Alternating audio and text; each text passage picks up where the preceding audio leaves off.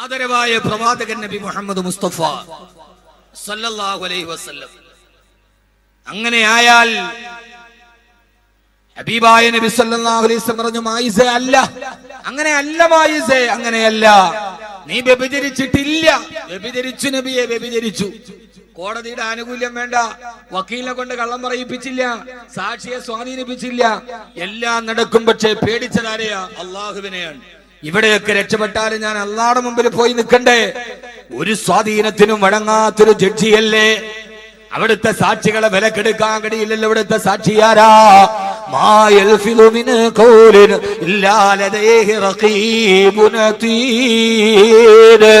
ആ റഖീബിനെയും അതീദിനെയും എനിക്ക് സ്വാധീനിക്കാൻ കഴിയില്ലല്ലോ.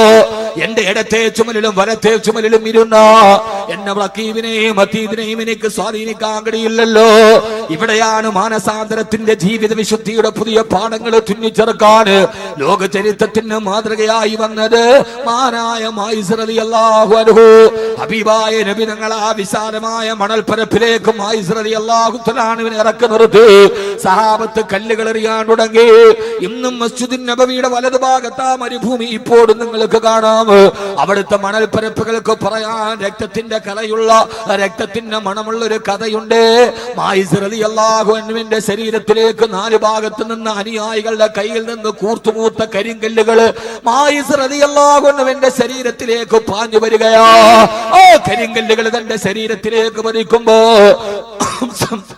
മാംസം പൊട്ടി രക്തം ഇങ്ങനെ തടം തല്ലിയാത്തൊടുകയാണ്. മായിസ് റളിയല്ലാഹു തആല ഇതൊക്കെ ചോദിച്ചു വാങ്ങിച്ചതല്ലേ? ആ ശരീരത്തിലേക്ക് കല്ലുകൾ വന്ന് പതിച്ച് ശരീരത്തിന് മുറിവേൽക്കുമ്പോ മഹാനായ മായിസ് ബിൻ മാലിക് റളിയല്ലാഹു തആല അൻഹു ആ സമയത്ത് അല്ലാഹുവിന്റെ റസൂൽ മസ്ജിദുൻ നബവിയിൽ ഇരുന്ന് നോക്കുമ്പോ മഹാനായ ഖാലിദ് റളിയല്ലാഹു തആല ഒരു കല്ലെടുത്തു മായിസ് റളിയല്ലാഹു അൻഹുവിനെ ലക്ഷ്യമാക്കി ആഞ്ഞെറിയവേ ആ കല്ല് നെറ്റിത്തടത്തിൽ പോയി കൊണ്ട് നെറ്റിത്തടം ചിതറിത്തെറിച്ച് രക്തം നേരെ എറിഞ്ഞ ഖാലിദ് റളിയല്ലാഹു അൻഹുവിന്റെ മുഖത്തേക്ക് തെറിച്ചു. ആ ചൂട് രക്തം തന്നെ മുഖത്തേക്ക് തെറിച്ചപ്പോ ഖാലിദ് റളിയല്ലാഹു തആല കൈയുടെ പുറകുഭാഗം കൊണ്ട് ഛേ എന്ന് പറഞ്ഞിട്ടങ്ങ് തുടച്ചു മാറ്റി. ഹബീബായ നബി സല്ലല്ലാഹു അലൈഹി വസല്ലം ഇത് കണ്ടുകൊണ്ടിരിക്കുകയാ. അല്ലാഹുവിന്റെ റസൂലിന്റെ മനസ്സ് വേദനിച്ചു. അവസാന കല്ലുകൾ തന്റെ ശരീരത്തിലേക്ക് തുടരെ തുടരെ പാഞ്ഞു വന്ന് ശരീരത്തിന്റെ ഭാഗങ്ങളിലൂടെ രക്തം തടം തല്ലിയാ തുടങ്ങി. മായിസ് റളിയല്ലാഹു തആല കുഴഞ്ഞു കടഞ്ഞ് മരുഭൂമിയിലേക്ക് വീടുകയാ. എന്നെ കേൾക്കുന്ന എന്റെ പ്രിയപ്പെട്ട സഹോദരാ, തെറ്റ് ചെയ്തു പോയെങ്കിലും അല്ലാഹുവിന്റെ നരകത്തിൽ പോയി നിൽക്കുന്ന ബുദ്ധിമുട്ടോട്ടുണ്ട് മായിസ് റളിയല്ലാഹു തആല ചോദിച്ചു വാങ്ങിച്ചതല്ലേ? ആ മരുഭൂമിയിൽ രക്തത്തിൽ കുളിച്ചു കിടക്കുമ്പോ ഹബീബായ നബി സല്ലല്ലാഹു അലൈഹി വസല്ലം ഓടിച്ചെന്ന് മായിസ് റളിയല്ലാഹു തആല എന്നെ മടിയിലേക്ക് എടുത്തു വെച്ചു. പറയാതെ തുണ്ടുകളോടെ മായിസ് റളിയല്ലാഹു അൻഹുവിനോട് അല്ലാഹുവിന്റെ റസൂൽ ചോദിച്ചു, അത്രേ മായിസേ, എന്താണ് മായിസേ? യാ റസൂലല്ലാഹ്, ഞാൻ എന്റെ ജീവിതത്തിൽ ഇത്രയേറെ നന്മകൾ ചെയ്തിട്ടും അങ്ങയുടെ ചാരത്ത് നിന്ന് നിസ്കരിച്ചിട്ടും മസ്ജിദുൻ നബവിയിൽ സ്ഥിരമായി വന്നിരുന്നിട്ടും അറിയാതെ പിശാചെന്നെ ചതിച്ചിട്ട് ഞാനൊരു തെറ്റുപോയി നബിയേ. ആ തെറ്റ് ഞാൻ അങ്ങയുടെ മുമ്പിൽ ഏറ്റുപറഞ്ഞ് അല്ലാഹു പറഞ്ഞ ശിക്ഷ ഞാൻ ഏറ്റുവാങ്ങിച്ചു. യാ റസൂലല്ലാഹ്, ഇതാ മായിസിന്റെ റൂഹ് വിട പറയാൻ പോവുകയാ. മായിസ് ഈ ലോകത്ത് നിന്ന് തിരിച്ചു പോകാൻ പോവുകയാ. അല്ലാഹുവിന്റെ മുമ്പിൽ നാളെ മായിസ് പോകുമ്പോ ഇതേ തെറ്റിന്റെ പേരിൽ അല്ലാഹുവിന്റെ അടുക്കൽ നിന്ന് ഞാൻ ശിക്ഷ മേടിക്കണോ നബിയേ? അതല്ല, ഈ ഏറുകൊണ്ട് എന്റെ ശരീരം ഇങ്ങനെ വേദനിക്കുമ്പോ ഞാൻ ചെയ്തു പോയ തെറ്റിന്റെ പ്രായശ്ചിത്തം ഇതുകൊണ്ട് മതിയാകുമോ? യാ റസൂലല്ലാഹ്, അപ്പോഴാണ് ഹബീബായ നബി തങ്ങൾ പറഞ്ഞത്, മായിസേ, മായിസേ, ഇന്ന ഉമ്മത്തി ഹാദിഹി ഉമ്മത്തും മർഹൂമാ ലാ യുഅദ്ദിബുഹും അല്ലാഹു ബിഅദാബൈ. എന്റെ സമൂഹത്തിനോട് അല്ലാഹു വലിയ കരുണ ചെയ്തിട്ടുണ്ട്. ഒരേ തെറ്റിന്റെ പേരിൽ രണ്ട് പ്രാവശ്യം അവരെ ശിക്ഷിക്കപ്പെടുകയില്ലെന്ന് റൂഹി ഫിദാ നബി മുഹമ്മദ് മുസ്തഫ 2 പ്രാവശ്യം ശിക്ഷയില്ല. ചെറുപ്പക്കാരികളെ തെറ്റ് ചെയ്യാത്തവരാരുമില്ല. പക്ഷേ ചെയ്തു പോയ തെറ്റ് ഇവിടെ വെച്ച് പരിഹരിക്കപ്പെടുന്നതാണോ? അതല്ല, പടച്ചിറപ്പിന്റെ നരകത്തിൽ പോകുമ്പോ ആ നരകത്തെ ഏറ്റുവാങ്ങുന്നതാണോ ബുദ്ധി എന്ന് കരുതി തൂബൂ ഇലല്ലാഹി തൗബതൻ നസുഹാ, അല്ലാഹുവിനോട് ആത്മാർത്ഥമായിട്ട് നിങ്ങൾ പശ്ചാത്തപിച്ചു മടങ്ങണേ. അല്ലാഹുവിനോട് ആത്മാർത്ഥമായിട്ട് പശ്ചാത്തപിച്ചു മടങ്ങണേ. മായിസ് റളിയല്ലാഹു അൻഹു മയ്യത്ത് നിസ്കരിക്കാൻ കൊണ്ടുവന്നു. ഹബീബായ നബി തങ്ങൾ ഇമാമത്ത് നിൽക്കാൻ പോകുമ്പോ മറുഭാഗത്ത് ഖാലിദ് റളിയല്ലാഹു അൻഹു നിൽക്കുന്നത് കണ്ടു. തന്റെ മായിസിനെ നെറ്റിത്തടത്തിലേക്ക് കല്ലെറിഞ്ഞിട്ട് ചിതറിത്തെറിച്ച ചോര മുഖത്ത് പറ്റിയപ്പോ അത് ഈർഷ്യതയോടെ ഛേ എന്ന് പറഞ്ഞ് തുടച്ചു കളഞ്ഞ ഖാലിദിനെ മയ്യത്ത് നിസ്കരിക്കാൻ കൈകെട്ടുമ്പോ അല്ലാഹുവിന്റെ റസൂൽ വിളിച്ചു, ഖാലിദേ, എന്തേ നബിയേ? മയ്യത്ത് നിസ്കരിക്കാൻ സഹാബത്തുകൾ അണിയണിയായി നിൽക്കുമ്പോ ഹബീബായ നബി തങ്ങൾ വിളിച്ചു, ഖാലിദേ, ലബ്ബൈക വസഅദൈക യാ റസൂലല്ലാഹ്. എന്തേ നബിയേ? ഖാലിദേ, ഇവിടേക്ക് വാ ഖാലിദേ. കച്ചാത്തപിച്ചിട്ട് കല്ലേറുകൊണ്ട് ശരീരം ഛിന്ന ഭിന്നമായി ഷഹീദായി കിടക്കുന്ന മായിസ് റളിയല്ലാഹുവിന്റെ മയ്യത്തിലേക്ക് ചൂണ്ടിയിട്ട് അല്ലാഹുവിന്റെ റസൂൽ പറഞ്ഞ, ഖാലിദേ, നിനക്കറിയോ എന്റെ ഖാലിദിന് എന്റെ മായിസിന്റെ ശരീരത്തിൽ നിന്ന് രക്തം പുരണ്ടപ്പോ നീ അത് ഈർഷ്യതയോടെ തുടച്ചല്ലോ ഖാലിദേ. എന്റെ ഖാലിദേ, നിനക്കറിയോ ലക്കത്താപമായിസു ലക്കത്താപമായിസു ലക്കത്താപമായിസു. എന്റെ മായിസ് തെറ്റ് ചെയ്തെങ്കിലും അല്ലാഹുവിനോട് അവൻ തൗബ ചെയ്തതാണ്. ഖദ ഗഫറല്ലാഹു ലഹു, അല്ലാഹു എന്നെ മായിസിനെ ചെയ്ത തെറ്റ് പുറത്തു കൊടുത്തു ഖാലിദേ. ഇപ്പൊ എന്റെ മായിസിന്റെ അവസ്ഥ നിനക്കറിയോ? അവൻ ചെയ്ത തൗബയുടെ പ്രതിഫലം അല്ലാഹു ഈ മക്കയിലെ 70 അവിശ്വാസികൾക്ക് വീതിച്ചു കൊടുത്താൽ ആ തൗബയുടെ പ്രതിഫലം കൊണ്ട് 70 അവിശ്വാസികൾ സ്വർഗത്തിലെത്തും ഈ ഖാലിദേ എന്ന് പറഞ്ഞു കൊടുത്തു ഹബീബായ നബി മുഹമ്മദ് മുസ്തഫ. ഹബീബായ നബി മുഹമ്മദ് മുസ്തഫ സല്ലല്ലാഹു അലൈഹി വസല്ലമ. അതുകൊണ്ട് സഹോദരങ്ങളെ, സഹോദരിമാരെ, ജീവിതത്തിൽ നാം ചെയ്തു പോയ തെറ്റുകളുടെ ആഴത്തെ കുറിച്ച് ബോധമുണ്ടാവുക. എന്നിട്ട് പടച്ചറപ്പിനോട് അത് തിരിച്ചു പറയുക. അങ്ങനെ നമ്മുടെ ജീവിതത്തിന് വിശുദ്ധി ഉണ്ടാവുക. നമ്മുടെ ജീവിതത്തിലുണ്ടായ എല്ലാ കറകളും അല്ലാഹുവിന്റെ മുമ്പിൽ കഴുകി വൃത്തിയാക്കുക. അല്ലാഹു നമുക്ക് തൗഫീഖ് നൽകി അനുഗ്രഹിക്കുമാറാകട്ടെ. അല്ലാഹു തൗഫീഖ് നൽകി അനുഗ്രഹിക്കുമാറാകട്ടെ. ഹബീബായ നബി തങ്ങൾ പറഞ്ഞൊരു മനുഷ്യൻ ഒരു തെറ്റ് ചെയ്യുമ്പോൾ അവന്റെ ഹൃദയത്തിൽ ഒരു കറുത്ത പുള്ളി വീടും. അങ്ങനെ തെറ്റ് ചെയ്ത് അവന്റെ ശരീരം മുഴുവനെ കറുത്ത കളറായി മാറും. ആ അവസ്ഥക്കാണ് റാൻ എന്ന് പറയുക. കല്ലാ ബൽ റാന അലാ ഖുലൂബിഹിം മാ കാനൂ യക്സിബൂൻ. കല്ലാ ബൽ റാന അലാ ഖുലൂബിഹിം മാ കാനൂ യക്സിബൂൻ. അവരുടെ ഹൃദയം മുഴുവന് പാപം ചെയ്ത് കറുകറുത്തു പോയെന്ന് അല്ലാഹുവിന്റെ വിശുദ്ധ ഖുർആൻ. നമ്മുടെ ഹൃദയം മുഴുവന് കറുത്ത കറ പിടിച്ചിരിക്കുകയാണ്. നമ്മുടെ ജീവിതത്തിന് ശുദ്ധി നഷ്ടപ്പെട്ടു പോയി. അല്ലാഹുവേ, ഞങ്ങളുടെ ജീവിതത്തിന് നീ ശുദ്ധി വരുത്തണേ അല്ലാ. നീ ഞങ്ങളുടെ ഹൃദയത്തിന് ശുദ്ധി വരുത്തണേ അല്ലാ. ഹൃദയം മുഴുവനും പാപം ചെയ്ത് കറുകറുത്തിരിക്കുകയാണ്. അങ്ങനെ കറുത്തിരുന്നാൽ പിന്നെ വാള് പറഞ്ഞാൽ മനസ്സിലാവൂല. പിന്നെ ചരിത്രം കേട്ട അപ്പക്കരയും. പക്ഷെ പിന്നെ അങ്ങോട്ട് തന്നെ പോകും. അതുകൊണ്ട് നമ്മുടെ പാപങ്ങളെ കുറിച്ച് ബോധമുണ്ടാവണം. ഞാൻ ചെയ്യുന്നത് തെറ്റാണ് എന്ന ബോധമുണ്ടാവണം. അല്ലാഹു ബോധം തരട്ടെ. രണ്ടാമത്തെ കാര്യം, എന്താണ് പാപം എന്ന് നിർവചിക്കണം. ഏതൊക്കെയാ പാപം? പാപങ്ങൾ ഏതൊക്കെയാ? ഞാൻ നേരത്തെ പറഞ്ഞല്ലോ, കള്ളു കുടിച്ചോ മാത്രമല്ല തൗബ ചെയ്യേണ്ടത്. ഒരു കാര്യം ഞാൻ ഉറപ്പിച്ചു പറഞ്ഞേക്കാം, ഏതെങ്കിലും പാപങ്ങൾ പൊറുക്കപ്പെടാതെ ജീവിതത്തിൽ കിടന്നാൽ കലിമ പറഞ്ഞല്ലി മരിക്കാൻ പറ്റൂ. ഉറപ്പാണ്. ഏതെങ്കിലും ഒരു പാപം പൊറുക്കപ്പെടാതെ കിടന്നാൽ, എന്തിനാ ഉസ്താദെ മരിക്കണതിന് മുമ്പ് തൗബ ചെയ്യണത്? ശുദ്ധി ഉണ്ടാവണത്. ശുദ്ധി ഇല്ല എങ്കിൽ 2 അപകടമുണ്ട്. എത്ര അപകടം? 2 അപകടം. ഒരപകടം ദുനിയാവിലാണ്, ഒരപകടം ആഖിറത്തിലേക്ക്. ആഖിറത്തിലെ അപകടം അവസാനം മരിക്കുന്ന സമയത്ത് കലിമ പറയാൻ പറ്റൂല. ലാ ഇലാഹ ഇല്ലല്ലാഹ് എന്ന് പറഞ്ഞിട്ട് മരിക്കൂല, ഉറപ്പ്. ഇനി ദുനിയാവിലെ അപകടം, ഏത് കച്ചവടം ചെയ്താലും രക്ഷപ്പെടില്ല. ഏത് കച്ചവടം ചെയ്താലും രക്ഷപ്പെടൂല, കടം കൂടി വരികയുള്ളൂ. സമൂഹത്തിൽ തന്നെ പ്രശ്നങ്ങൾ ഉണ്ടാവും, മഴയുണ്ടാവില്ല, നാട്ടിൽ മഴയുണ്ടാവില്ല. കഴിഞ്ഞ 100 വർഷത്തിന്റെ ഇടയിലെ ഏറ്റവും വലിയ വരൾച്ചയിലേക്കാണ് കേരളം നീങ്ങുന്നത്. കഴിഞ്ഞ 100 വർഷത്തിന്റെ ഇടയിൽ ഇത്രയും വലിയ വരൾച്ച കേരളത്തിൽ ഉണ്ടായിട്ടില്ല. വെള്ളം കിട്ടൂല. എന്താ കാരണം? ഭാരതപ്പുഴയും ചാലിയാറും പെരിയാറും തടംതല്ലിയാർ തുടങ്ങിയ വൃഷ്ടഭൂമിയായിരുന്ന മലയാള മണ്ണിൽ ഇന്ന് ഒരു തുള്ളി വെള്ളം കിട്ടാതെ പോവാൻ എന്താ കാരണം? ജയലളിത മുല്ലപ്പെരിയാർ അടച്ചു കെട്ടിയത് കൊണ്ടല്ല, കാവേരിയിലെ വെള്ളം കിട്ടാത്തത് കൊണ്ടുമല്ല, നമ്മുടെ കയ്യിലെടുപ്പ് ശരിയല്ലാത്തത് കൊണ്ടാണ്. നമ്മുടെ കയ്യിലെടുപ്പ് ശരിയാവാത്തത് കൊണ്ടാണ്. കേരളം കുറച്ചൊക്കെ ഭേദമായിരുന്നു, ഇപ്പൊ കേരളവും ഏറ്റവും മതപ്പതിച്ചു കഴിഞ്ഞു. അള്ളാഹു നമ്മളെ കാത്തുരക്ഷിക്കട്ടെ. ഞാനത് വിശാലമായി പറഞ്ഞു തന്നെ, സമയം കുറവുണ്ട്. കച്ചവടത്തിൽ പറക്കത്തുണ്ടാവില്ല. അപ്പോഴേ ചിന്തിച്ചോണം, പടച്ചോനെ ഞാൻ ചെയ്ത ഏതോ ഒരു പാപം പൊറുക്കപ്പെടാതെ കിടക്കുന്നുണ്ട്. കച്ചവടം കുറെ നടത്തി നോക്കി, പർദാ കച്ചവടം നടത്തി, പിന്നെ അത് ടെക്സ്റ്റൈൽസ് ആക്കി, പിന്നെ അത് ഹാർഡ്വെയർ ആക്കി, പിന്നെ അത് ഏറ്റവും അവസാനം കുഴിമന്തിയും റോസ്റ്റും ആക്കി. എന്നിട്ട് ഒന്നും രക്ഷപ്പെടണില്ല. അപ്പൊ അതിന്റെ അർത്ഥം എന്താ? ഏതോ ഒരു തെറ്റ് പൊറുക്കപ്പെടാതെ. തെറ്റേതാന്ന് ഞാൻ പിന്നീട് പറയാം. ഞാൻ പറഞ്ഞെങ്കിൽ മനസ്സിലാവണുണ്ടോ? പ്രശ്നം ഉറപ്പാണ്. ഖുർആൻ ഇതൊന്നും വാക്കവി പറയണല്ല. ഖുർആൻ.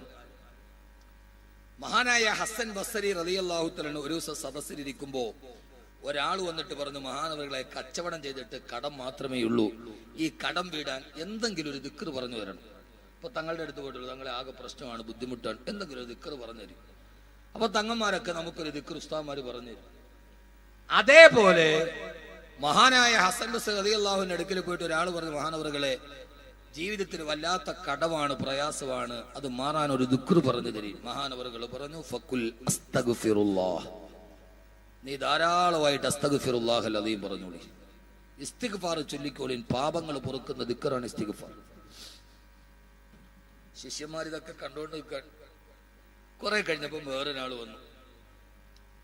വേറൊരാൾ വന്നപ്പോ അയാൾ പറഞ്ഞു, മഹാനവറുകളെ, കല്യാണം കഴിഞ്ഞിട്ട് കുട്ടികളില്ല, എന്തെങ്കിലും ഒരു ദിക്ർ പറഞ്ഞു തരീൻ. അപ്പോഴും ഹസൻ ബസ്രി റളിയല്ലാഹു തആല അൻഹു പറഞ്ഞു, ഫഖുൽ അസ്തഗ്ഫിറുല്ലാഹ്, നീ നിന്റെ വീട്ടിലിരുന്നിട്ട് ധാരാളമായിട്ട് അസ്തഗ്ഫിറുല്ലാഹൽ അദീം പറഞ്ഞോളി.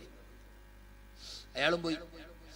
മൂന്നാമതൊരാൾ വന്നു. അയാൾ പറഞ്ഞു, മഹാനവറുകളെ, നാട്ടിൽ മഴ പെയ്യാതെ വലിയ വരൾച്ചയിലാണ്, എന്തെങ്കിലും ഒരു പ്രതിവിധി പറഞ്ഞു തരീൻ. അപ്പോഴും പറഞ്ഞു, ഫഖുൽ അസ്തഗ്ഫിറുല്ലാഹ്, നീ ധാരാളമായിട്ട് ഇസ്തിഗ്ഫാർ ചൊല്ലിക്കോളി. അയാളും പോയി.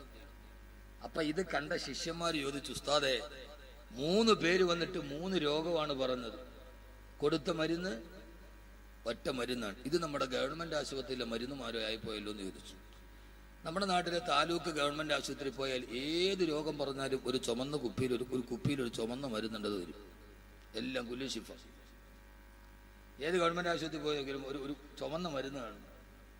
ഏത് രോഗം പറഞ്ഞാലും ഡോക്ടർ തരുന്ന മരുന്ന്. ഇത് അതുമാതിരി ആയിപ്പോയല്ലോ എന്ന് ചോദിച്ചു ശിഷ്യന്മാർ. അപ്പോഴാണ് മഹാനായ ഹസൻ ബസ്രി റളിയല്ലാഹു തആല അൻഹു പറഞ്ഞത്, ഇത് ഞാൻ പറഞ്ഞ മരുന്നല്ല, ഇത് അല്ലാഹു സുബ്ഹാനഹു വ തആല മഹാനായ നൂഹ് നബി അലൈഹി സ്വലാത്തു വസ്സലാമിന് പഠിപ്പിച്ചു കൊടുത്ത ചികിത്സയാണ്. ഇത് ഖുർആന്റെ ചികിത്സയാണ്. ഖുർആൻ പഠിക്കണം. അല്ലാഹു തൗഫീഖ് നൽകട്ടെ. فقلت استغفروا ربكم إنه كان غفارا يرسل السماء عليكم مدرارا ويمددكم بأموال وبنين ويجعل لكم جنات ويجعل لكم أنهارا. മഹാനായ നൂഹ് നബി തന്റെ ജനങ്ങളോട് പറഞ്ഞു കൊടുത്തു, ജനങ്ങളെ, ഇസ്തഗ്ഫിറൂ റബ്ബക്കും, അല്ലാഹുവിനോട് പാപമോചനത്തിനോട് ചോദിക്കണേ. ഇന്നഹു കാന ഗഫാറാ, അവൻ പാപങ്ങൾ മുഴുവൻ പുറത്തു തരുന്നവനാ. നിങ്ങൾ ധാരാളമായിട്ട് ഇസ്തിഗ്ഫാർ ചൊല്ലിയാൽ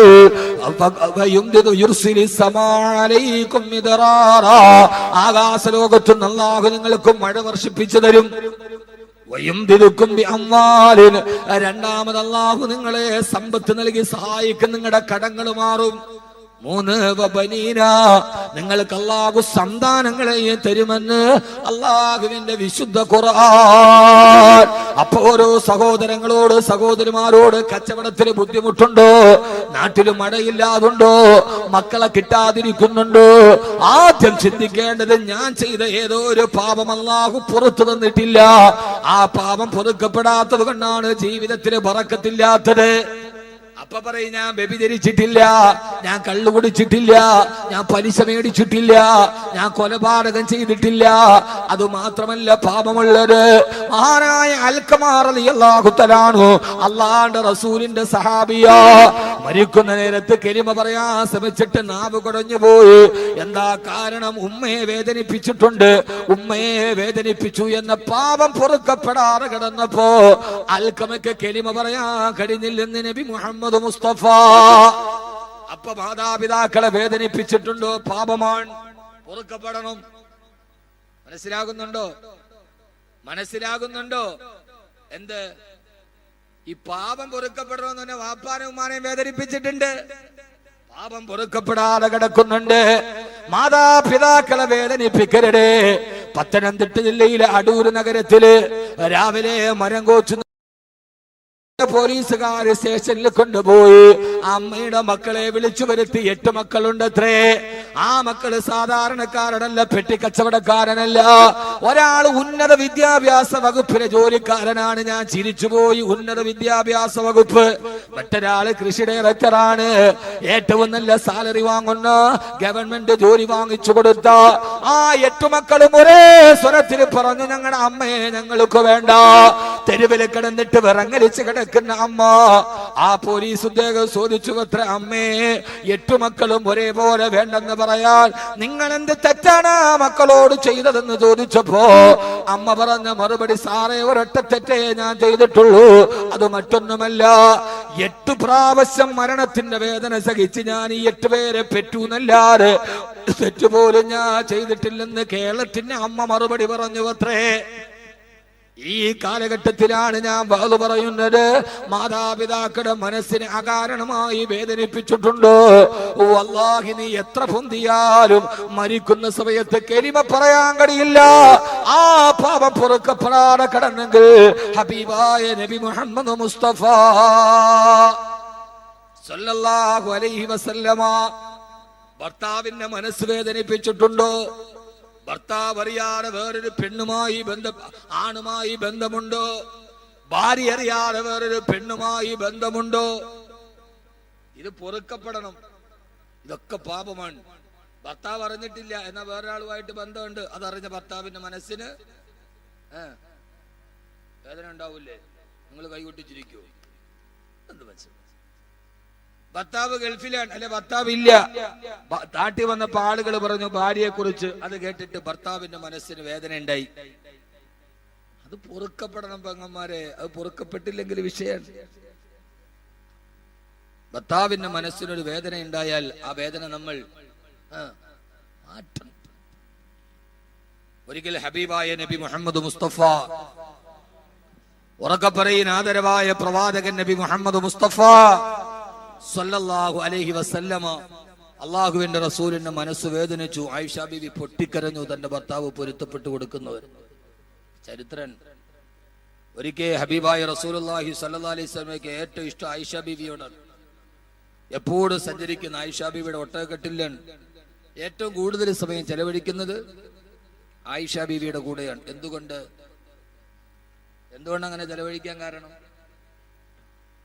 ഇപ്പൊ നിങ്ങളോടൊരു ഹൈന്ദവ സഹോദരൻ, ഒരു ക്രൈസ്തവ സഹോദരൻ ചോദിക്കുക, നിങ്ങളുടെ നബിക്ക് 11 ഭാര്യമാരുണ്ട്, എല്ലാ ഭാര്യമാരോടും തുല്യതയോടെ പെരുമാറണമെന്നല്ല നബിയങ്ങൾ പറഞ്ഞത്.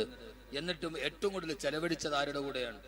ആയിഷ ബീവിയാണ്. ഏറ്റവും പ്രായം കുറഞ്ഞ ഭാര്യ, കന്യകയായ ഭാര്യ. അപ്പൊ അത് നബിതങ്ങൾ പറഞ്ഞതിന് വിരുദ്ധമല്ലേ എന്ന് ചോദിച്ചാൽ നിങ്ങൾ എന്ത് മറുപടി പറയും? പറയും.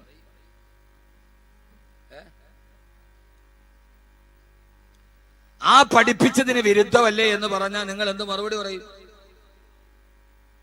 ഒരാൾക്ക് ഈ ചോദ്യത്തിന് സാധ്യതയില്ലേ? അപ്പൊ എന്താ മറുപടി പറയാ? അങ്ങനെ മേപ്പോട്ട് നോക്കിയാൽ മതി, അപ്പൊ മറുപടി കിട്ടും. അതിനൊരു കാരണമുണ്ട്. ആ കാരണം മറ്റൊന്നുമല്ല, ആയിഷ ബീവി റളിയല്ലാഹു തആല പ്രസവിച്ചിട്ടില്ല.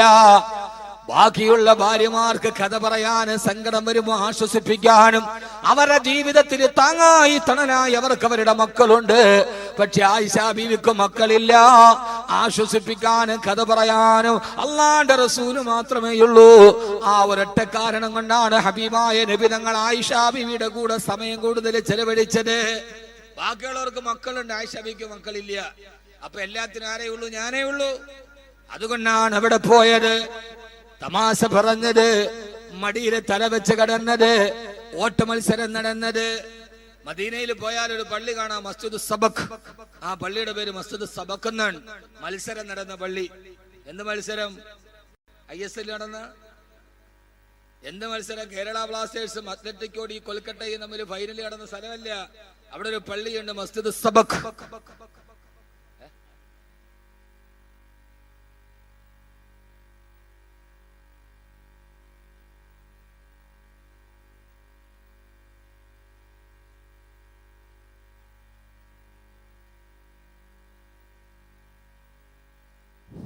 ഞാൻ കുറെ നേരം കൊണ്ട് ചിന്തിക്കുന്നുണ്ട് മൈക്കിന് എന്ത് പറ്റി. ആദ്യ മൈക്ക് നല്ല മൈക്കായിരുന്നു, പിന്നെ അതിന്റെ കോയിൽ പോയി നടിക്കും. കുറച്ചുകൂടി ബേസ് കൊണ്ട് ബേസ്. ആദരവായ പ്രവാചകൻ നബി മുഹമ്മദ് മുസ്തഫ ശരിയായില്ല സല്ലല്ലാഹു അലൈഹി വസല്ലമ മത്സരം നടത്തിയ പള്ളിയാണ്. ഏത് മത്സരം? ആയിഷ ബിയായിട്ട് ഓട്ട മത്സരം നടത്തി. ആദ്യ മത്സരം നടന്നു, ആയിഷ ബീവി നബി തങ്ങളെ തോൽപ്പിച്ചു. പിന്നീട് ആയിഷ ബീവി പറയാവലം മസ്ദാദ ലഹ്മി, എന്റെ ശരീരത്തിൽ കുറച്ച് ഇറച്ചിയൊക്കെ വെച്ചു, എനിക്ക് തൂക്കം കൂടി, വണ്ണം കൂടി. എന്ത് രസമാ കേൾക്കാൻ. വലം മസ്ദാദ ലഹ്മി, എനിക്കൊരൽപ്പം ഇറച്ചിയൊക്കെ വെച്ചു, എനിക്കൊരൽപ്പം വണ്ണം കൂടി. അത് കണ്ടപ്പോ നബി ഞങ്ങൾ പറഞ്ഞു, ആയിഷ ഇന്ന് നമുക്കൊന്ന് ഓടിയാലോ? അന്ന് ആയിഷ ബീവിക്ക് വണ്ണം കുറവാണ്, അപ്പൊ തോപ്പിച്ചു. വലം മസ്ദാദ ലഹ്മി, എന്റെ ഇറച്ചി കൂടിയപ്പോ വീണ്ടും ഞാൻ നബിയും കൂടെ ഓടി, ഞാൻ തോറ്റുപോയി. വണ്ണം കൂടി കൊണ്ട് ഓടാൻ പറ്റിയില്ല. മസ്ജിദ് സബക്. ഭാര്യയും ഭർത്താവും തമ്മിൽ ഇങ്ങനെ ചില കെമിസ്ട്രിയൊക്കെ ഉണ്ടാവണം. വല്ലപ്പോഴും ഒരു ഓട്ട മത്സരമൊക്കെ നടത്തണം, വീടിന്റെ മുറ്റത്ത് ആരും കാണാതെ. അയലോക്കങ്കാർ കാണരുത്, കണ്ടാ തെറ്റിദ്ധരിക്കും. സുന്നത്തൻ. അള്ളാഹുവിന്റെ റസൂൽ ആയിഷ ബീവിയുടെ മടിയിൽ തലവറച്ച് വർത്താനം പറഞ്ഞിരുന്നു, കടങ്കഥ പറഞ്ഞിരുന്നു, ചോദ്യം ചോദിച്ചിരുന്നു. ഇതൊക്കെ സുന്നത്താണ്. തൊപ്പിവെക്കൽ മാത്രമല്ല സുന്നത്ത്. നീ വലിയ അവറുകളായിട്ട് ഇങ്ങനെ അങ്ങ് നടന്നാ പോരാ. ഞാൻ ആരാ? ഞാൻ വലിയ അവറുകളാണ്. ഒരു വെള്ള മുണ്ടും എടുത്ത് വെള്ള ഷർട്ടും ഇട്ട് കതറൊക്കെ മുക്കി, അത് പശയൊക്കെ മുക്കിയിട്ട് അവൻ ഏതു സമയത്ത് ഒരു ഐഫോൺ ഇങ്ങേച്ച വീട്ടില് മറ്റൊരു ഗാലക്സി S7 ഇവിടെ. ഹലോ DCC പ്രസിഡന്റ് അല്ലേ, സെക്രട്ടറി അല്ലേ? ഇത് പറയണ കേട്ടാ ഓർക്കും ഇവനെന്തോ ലോകത്തെ ഏറ്റവും വലിയ ആളാന്ന് എന്നും പറഞ്ഞിട്ട് അങ്ങനെ നാട്ടിൽ കൂടെ നടന്നാ പോരാ. ഭാര്യമാരുടെ അടുത്ത് പോയിരിക്കണം, സമയം കൊടുക്കണം അവർക്ക്. സന്ധ്യയാകുമ്പോ വീട്ടിൽ എത്തണം, അവരോട് സംസാരിക്കണം. അല്ല നീ വലിയ ആളായിട്ട് നടന്നാ പോരാ. അവസ്ഥാനം എങ്ങനെ നോക്കൂ. നോക്ക്, നീ അങ്ങോട്ടും ഇങ്ങോട്ടും ദുബൈ പോയി നടന്നാ പോരാ, ഭാര്യമാരുടെ അടുക്കൽ പോയിരിക്കും. ഇത് അവിടെ നിന്ന് വരുമ്പോ കുറെ ആളുകളോടെ ടാങ്കിന് ഇടവും കൊടുത്തു വിടും. അത് ദുനിയാവ് മുഴുവൻ കൊണ്ടേ കൊടുത്തിട്ട് വരുമ്പോ തിരിച്ചു പോകാൻ സമയമാവും. അങ്ങനെയല്ല, അവരോട് കൂടെ വർത്താനം പറയണം. അള്ളാഹുവിന്റെ റസൂലും മടിയിലെ തലവെച്ച് വർത്തമാനല്ലാഹു അലൈഹി വസല്ലം. എന്റെ ഒരു അഭിപ്രായം എന്താ അറിയോ? വീടിന്റെ മുമ്പിൽ ഒരു കുറച്ച് മിറ്റം വേണം. ആ മിറ്റത്തിന്റെ സൈഡിൽ കുറച്ച് പുൽത്തകടിയൊക്കെ വേണം. രാത്രിയിൽ മക്കളൊക്കെ കിടന്നുറങ്ങി, അമ്മായിയപ്പനും അമ്മായിയമ്മയൊക്കെ ഉറങ്ങി, ഭാര്യയും ഭർത്താവും കൂടി പോയി രാത്രിയിൽ പോയി ആ പുല്ലിന്റെ മുകളിൽ ഇരുന്ന് അവര് പരസ്പരം കുറച്ചേരം വർത്താനൊക്കെ പറയണം. വല്ലപ്പോഴൊക്കെ, എന്നുമല്ല വല്ലപ്പോഴും ഒക്കെ. അള്ളാഹു തൗഫീഖ് തരട്ടെ. അങ്ങനെയുള്ള വീടൊക്കെ വെക്കണം കേട്ടോ. എന്റെ അഭിപ്രായം അതാണ്. എന്റെ അഭിപ്രായത്തിനോട് യോജിക്കാം വിയോജിക്കാം. ഒരു ചെറിയ വീടാണ്, എന്നാലും അവിടെ ഒരു ചെറിയ സ്ഥലത്ത് കുറച്ച് ചെടിയൊക്കെ നട്ട്, പുല്ലില്ല, നമ്മൾ തന്നെ കുറച്ച് ചെടിയൊക്കെ നട്ട് അവിടെ പോയി ഭാര്യയും ഭർത്താവും കൂടി അവിടെ പോയിരുന്ന്, മക്കളൊക്കെ ഉറങ്ങി, അമ്മയൊക്കെ ഉറങ്ങി, ഭാര്യയും ഭർത്താവും കൂടെ അവിടെ പോയിരുന്നു കുറച്ചു നേരം വർത്താനം പറഞ്ഞു. അവങ്ങൾക്ക് വലിയ സന്തോഷമാവും. പക്ഷെ ഭാര്യയും ഭർത്താവും ഒന്നിച്ചിരുന്ന് അവിടെ നിന്ന് വർത്താനം പറയുമ്പോൾ ഈ അമ്മായിയമ്മ എന്ന് പറയുന്ന സാധനം ഇങ്ങനെ മതിലിന്റെ മുകളിൽ കൂടെ ഓന്തു നോക്കുമ്പോൾ ഒളിഞ്ഞു നോക്കരുത്. ഭാര്യയും ഭർത്താവും കൊണ്ട് അവിടെ നിന്ന് പറയാ, ഇതിപ്പോ ഇവൾ എന്താ ഇവന്റെ പറ്റൂല. ഹബീബായ നബി സല്ലല്ലാഹു അലൈഹി വസല്ലം അതൊക്കെ ചെയ്യാറുണ്ടായിരുന്നു. അള്ളാഹുവിന്റെ പ്രവാചകന്റെ ഭാര്യമാരുടെ ഇടയിൽ അങ്ങനെ ചില സംസാരങ്ങൾ ഉണ്ടായിരുന്നു. ഒരിക്കൽ അള്ളാഹുവിന്റെ റസൂല് 11 ഭാര്യമാരെയും വിളിച്ചുകൂട്ടി അടുത്തിരുത്തി. എന്താ നബി എല്ലാരെയും കൂടെ വിളിച്ചത്? എന്നിട്ട് നബി സല്ലല്ലാഹു അലൈഹി വസല്ലം 12 ഭാര്യമാരുണ്ടായിരുന്ന ഒരാളുടെ ജീവിതത്തിൽ അദ്ദേഹം അനുഭവിച്ച ദുഃഖത്തിന്റെ ഒരു കഥ പറഞ്ഞു കൊടുത്തു. 11 ഭാര്യമാരെയും കൂട്ടി അടുത്തിരുത്തി. എന്നിട്ട് ബനു ഇസ്രായേലുള്ള 12 ഭാര്യമാരുള്ള ഒരാൾ, അയാൾ അനുഭവിച്ച ത്യാഗവും ബുദ്ധിമുട്ടും നബി ഞങ്ങൾ പറഞ്ഞു കൊടുത്തു. അപ്പൊ ആയിഷ ബീബി ചോദിച്ച്, നബി ഇതിപ്പോ എന്തിനാ ഞങ്ങളോട് പറയണം? അപ്പൊ അല്ലാഹുവിന്റെ റസൂൽ ചുമ്മാ പറഞ്ഞതാണ്. ഇതാണ് മുത്ത് റസൂൽ, ഇതാണ് മുത്ത് റസൂൽ സല്ലല്ലാഹു അലൈഹി വസല്ലം. ഇതേപോലെ ഒരു ദിവസം ഹഫ്സ റളിയല്ലാഹു അൻഹാ ആയിഷ ബീവിയോട് പറഞ്ഞു, ഹഫ്സ, നമുക്ക് അല്ലാഹുവിന്റെ റസൂലിനെ നമുക്കൊന്ന് പറ്റിക്കാം ഹഫ്സ. എന്താണ് പറ്റിക്കാൻ? അവർ രണ്ടുപേരും കൂടെ ചെറിയൊരു ഉപായം പ്ലാൻ ചെയ്തു. ഞാനത് പറഞ്ഞുതരാം, അല്ലാഹു തൗഫീഖ് നൽകട്ടെ. ഇൻഷാ അല്ലാഹ് ഈ പരിപാടിയുടെ വിജയത്തിനു വേണ്ടി സംഘാടകർ ഒരു ബക്കറ്റുമായിട്ട് നിങ്ങളുടെ മുമ്പിൽ വരും. എല്ലാവരും ഒരു കാര്യമായ ഒരു സംഖ്യ പരിപാടിയൊക്കെ അനൗൺസ്മെന്റ് ചെയ്തു. നോട്ട് നിരോധനം വന്നു. ആ നോട്ട് നിരോധനത്തിന്റെ ഇടയിൽ സംഘാടകർക്ക് സാമ്പത്തികമായി വലിയൊരു പ്രയാസമുണ്ട്. പ്രസന്റ് ചെയ്ത് പഠിക്കണം.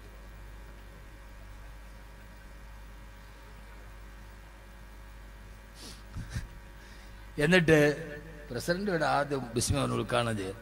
അള്ളാഹു സ്വീകരിക്കുമാറാകട്ടെ. അപ്പോ എന്താ പറഞ്ഞേ? അള്ളാഹു സ്വീകരിക്കുമാറാകട്ടെ. എല്ലാവരും ഒരു നല്ല സദഖ അല്ലാഹുവേ നീ സ്വീകരിക്കണേ അല്ലാ. ഏതാഗ്രഹത്തോടെ ഈ സദഖ ചെയ്യുന്നുവോ അവരെ ഹലാലായ മുറാദുകളെ ഹാസിലാക്കണേ തമ്പുരാനെ. രോഗങ്ങളുണ്ടെങ്കിൽ ശിഫയാക്കണേ അല്ലാ, പ്രയാസങ്ങൾ മാറ്റണേ അല്ലാ, ബുദ്ധിമുട്ടുകൾ അവസാനിപ്പിക്കണേ അല്ലാ. ബിഹഖി സയ്യിദിനാ മുഹമ്മദിൻ വഅലിഹി വസഹ്ബിഹി അജ്മഈൻ. ബക്കറ്റ് കൊണ്ടു. ഹഫ്സ റളിയല്ലാഹു തആല പറഞ്ഞു, ആയിഷ, ഇന്നത്തെ ദിവസം ആയിഷ ബിബിയുടെ നിന്റെ ഒട്ടകക്കെട്ടിൽ ഞാൻ കയറിയിരിക്കാം, എന്റെ ഒട്ടകക്കെട്ടിൽ നീ കയറിയിരിക്കുക. അപ്പൊ നബി സല്ലല്ലാഹു അലൈഹി വസല്ലം വന്നിട്ട് നിന്റെ ഒട്ടകക്കെട്ടിലാന്ന് പറഞ്ഞ് കയറുമ്പോ അവിടെ ഞാനാണ്. നബിയെ നമുക്ക് ചെറുതായിട്ടൊന്ന് പറ്റിക്കാം എന്ന് പറഞ്ഞു ഹഫ്സ റളിയല്ലാഹു അൻഹ. ഇവിടെ സഹോദരിമാര് കൂടുതലാന്ന് പറഞ്ഞുകൊണ്ട് ഞാൻ ഒന്നും പറഞ്ഞില്ലെന്നുള്ള പരാതി വേണ്ട, ശ്രദ്ധിച്ചു കേൾക്ക്.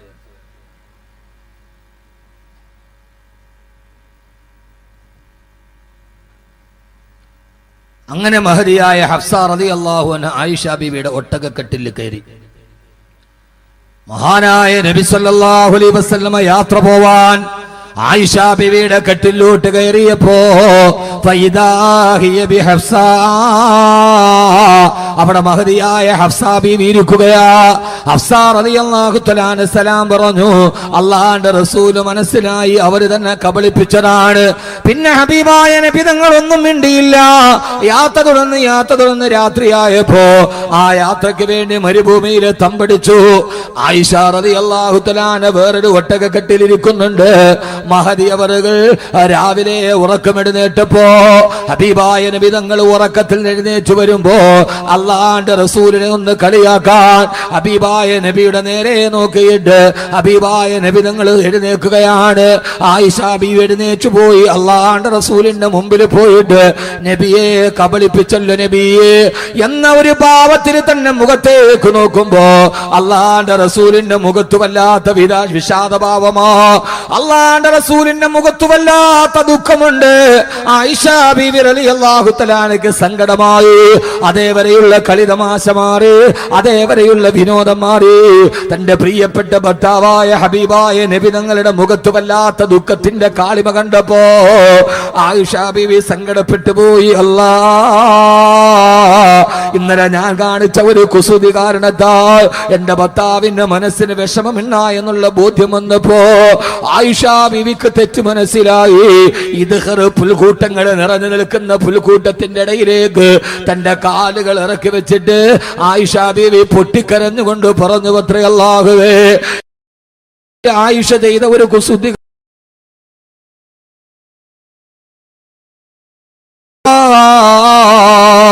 എന്റെ ഭർത്താവിന്റെ മനസ്സ് ഞാൻ വേദനിപ്പിച്ചത് കൊണ്ട് ഇദ്ഖർ പുൽക്കൂട്ടത്തിന്റെ ഉള്ളിൽ നിന്നൊരു പാമ്പോ തേളോ കടന്നു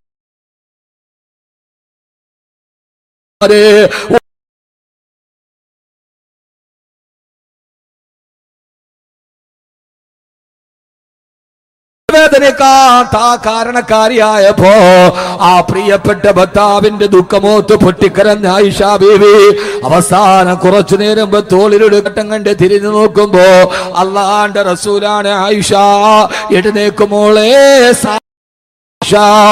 എന്ന ഹബീബായ നബി തടികത്തരോട് തന്റെ നെഞ്ചിലോട്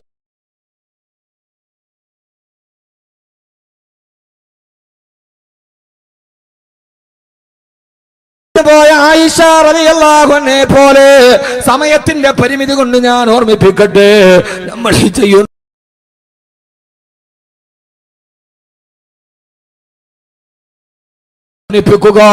ഭാര്യമാരെ മനസ്സ് വേദനിപ്പിക്കുക, ഇതൊക്കെ ജീവിതത്തിൽ അല്ലാഹു ഇഷ്ടപ്പെടാത്ത പാപങ്ങളാണ്. ആ പാപങ്ങളിൽ ഏതെങ്കിലും ഒന്ന് പൊറുക്കപ്പാ ദുനിയാവിൽ നിന്ന് സന്തോഷത്തോടെ വിട പറയാൻ കഴിയില്ല, നമ്മുടെ ആഖിബത്ത് നന്നാവില്ല.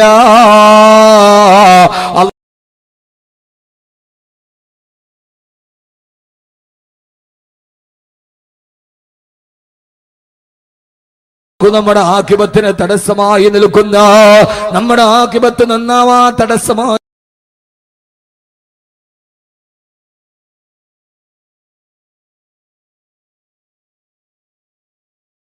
നിൽക്കുന്ന എല്ലാ വടികളിൽ നിന്നുള്ള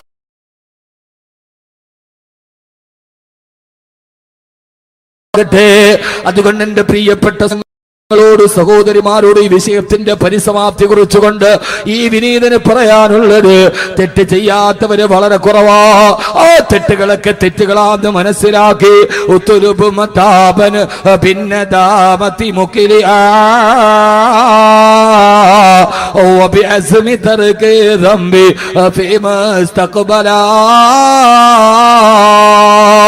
ചെയ്തു പോയ എല്ലാ പാപങ്ങളും അല്ലാഹുവേ ഇനി ഞാൻ ജീവിതത്തിൽ ചെയ്യില്ല എന്ന് ഉറപ്പ് വെച്ച് അല്ലാഹുവിലേക്ക് തിരിച്ചു മടങ്ങുക. അല്ലാഹു നമുക്ക് തൗഫീഖ് നൽകി അനുഗ്രഹിക്കുമാറാകട്ടെ. അല്ലാഹു നമുക്ക് തൗഫീഖ് നൽകി അനുഗ്രഹിക്കുമാറാകട്ടെ. അതുകൊണ്ടൊരു അനിവാര്യമായ മാറ്റത്തിന് നമ്മൾ തയ്യാറെടുക്കുക. ആ മാറ്റത്തിന് വേണ്ടി നമ്മുടെ ഹൃദയത്തെ സജ്ജീകരിക്കുക. എല്ലാവരും ഉറക്ക ഒരു 3 സ്വലാത്ത് ചൊല്ലുക. ഇൻഷാ അല്ലാഹ് ഇനി നമുക്ക് ഈ ജീവിതത്തിൽ ഹദ്ദാദ് നഗർ